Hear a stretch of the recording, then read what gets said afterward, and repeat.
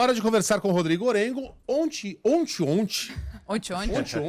a gente perguntou para o Orengo alguma possibilidade de que o Senado vete a indicação de Cássio Marques para o STF. O Rodrigo Orengo falou zero. Mas o Rodrigo Orengo não contava com a astúcia do próprio Cássio ao compor o seu currículo. Cheio de, como é que fala, Sheila? Inconsistências. Não, mas tem uma tucanada lá para... Como é que é? Erros de nomenclatura. Isso. Não, qual é o tamanho? 20 centímetros. São 14. Mas é um erro de nomenclatura. Arredondando. Isso, arredonda pra cima. Orengo, essa chance continua no zero? Bom dia. Continua. Por enquanto sim, viu, Megali? Muito bom dia a você, bom dia a todos. E só para fazer um histórico aí das indicações e das sabatinas e chancelas do Senado Federal. Sabe quando foi a última vez que o Senado rejeitou alguém? 1894. O presidente era Floriano Peixoto. Na verdade, foram as únicas 5 rejeições do Senado, né? Isso já faz mais de 100 anos. E foram rejeições lá porque foram sinais na época, né? Sinalizações lá no Senado, retaliações naquela época. E um dos rejeitados foi o Barata Ribeiro, né? Hoje, inclusive, o nome de uma rua importante em Copacabana, no Rio de Janeiro, tinha uma posição de influência na época. Ele até chegou a ser ministro por alguns dias. Antes de mudanças de legislação, o ministro assumia e depois tinha sabatina, tinha lá a chancela do Senado Federal. Ele acabou sendo rejeitado. De lá para cá, ninguém foi rejeitado. Então, as audiências aqui, as sabatinas, são sabatinas para inglês ver, né? Todo mundo sabe que o nome vai ser rejeitado.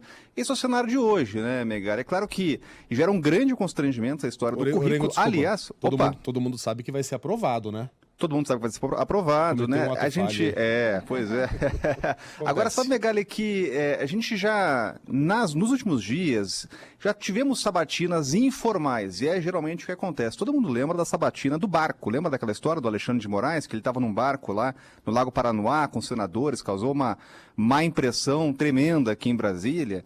Então, ele já começou a conversar virtualmente com os senadores, já fez algumas sessões ali informais, e já foi questionado por senadores a respeito da história do currículo. O que aconteceu no currículo? Ele tem lá um curso de pós-graduação, colocou lá no sistema do Tribunal Regional Federal, da primeira região, e a Universidade de La Coruña está dizendo que ele não fez pós-graduação, fez um curso lá de 5 dias, que não é pós-graduação. Ele até já respondeu isso a senadores, reconhecendo que realmente não tem a pós-graduação. Agora tem a história do doutorado, né? Ele fez... No currículo tem 2 pós-doutorados e ele apresentou a tese, defendeu o doutorado dele há 12 dias. E a pergunta que se faz aqui, como ele fez o pós-doutorado, se não tinha concluído ainda o doutorado. A explicação que ele deu para senadores nessas sabatinas informais foi que lá na Europa o sistema é diferente, ele pode cursar pós-doutorados como um doutorando, sem ter antes concluído lá o doutorado. De qualquer forma, vai ter oportunidade de explicar e apresentar as explicações na sabatina. Hoje, Megali, isso é suficiente, né? Essas chamadas inconsistências são suficientes para a rejeição do nome dele? Não, não são, porque o nome ele é celebrado no Congresso Nacional. É um nome que caiu muito bem aqui, principalmente naquele grupo que hoje forma a maioria no Legislativo, chamado Centrão. A gente está ouvindo aqui influentes do Centrão, né? Parlamentares de outros partidos também, o caso de Renan Calheiros, que veio a público para saudar o nome de Cássio Marques, né? Também Ciro Nogueira, presidente do PP, do Progressistas, né? Então, o cenário é muito favorável aqui no Congresso Nacional. Agora ele vai ter que responder algumas perguntas aí que podem causar incômodos, né? Por exemplo, prisão em segunda instância. Já disse a parlamentares que é a favor de o Supremo não assumir o protagonismo, que é uma decisão que deve caber lá ao Legislativo. Aliás, essa matéria está hoje com a proposta na Câmara, está travada porque as comissões ainda não voltaram. Vai ter que responder também, e muito, sobre Lava Jato. Por quê? Porque Cássio Marques vai para a segunda turma, que é a turma que julga casos da Lava Jato. E aí tem um ponto importante, que é o seguinte: a segunda turma ela está dividida hoje entre ministros que suportam a Lava Jato, né, que dão suporte, que estão votando por condenações, e ministros que são muito críticos, aliás, publicamente críticos ao que chamam de excessos da Lava Jato. A gente tem na segunda turma lá, e ontem tivemos a segunda condenação, desde o início do processo da Lava Jato, de Waldir Raupp, e essa divisão ficou muito clara. De um lado, o relator, Luiz Edson Fachin, Carmen Lúcia votando pela condenação, foram acompanhados por Celso de Mello, que está deixando aqui, participou da última sessão na segunda turma e era visto como um fiel da balança ali, né, na segunda turma. E de outro lado, Gilmar Mendes e Ricardo Lewandowski.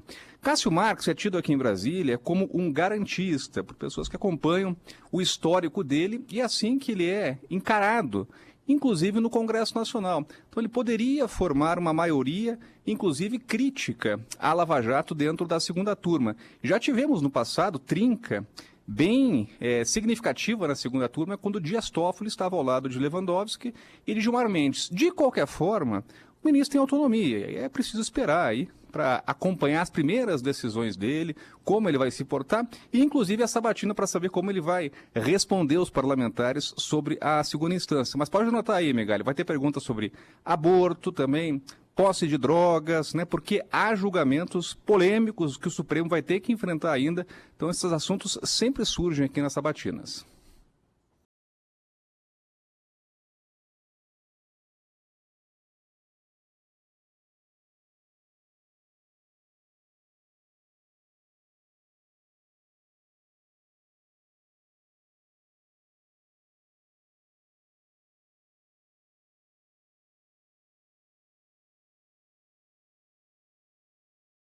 Importantíssima lá no Supremo, e ele pode usar essa mesma justificativa. Olha, isso não cabe ao Supremo, cabe ao Legislativo, né? Então, o que se tem hoje aqui no cenário é que o nome vai ser aprovado aí sem nenhuma dificuldade, mas é claro, é bom acompanhar aí os próximos dias.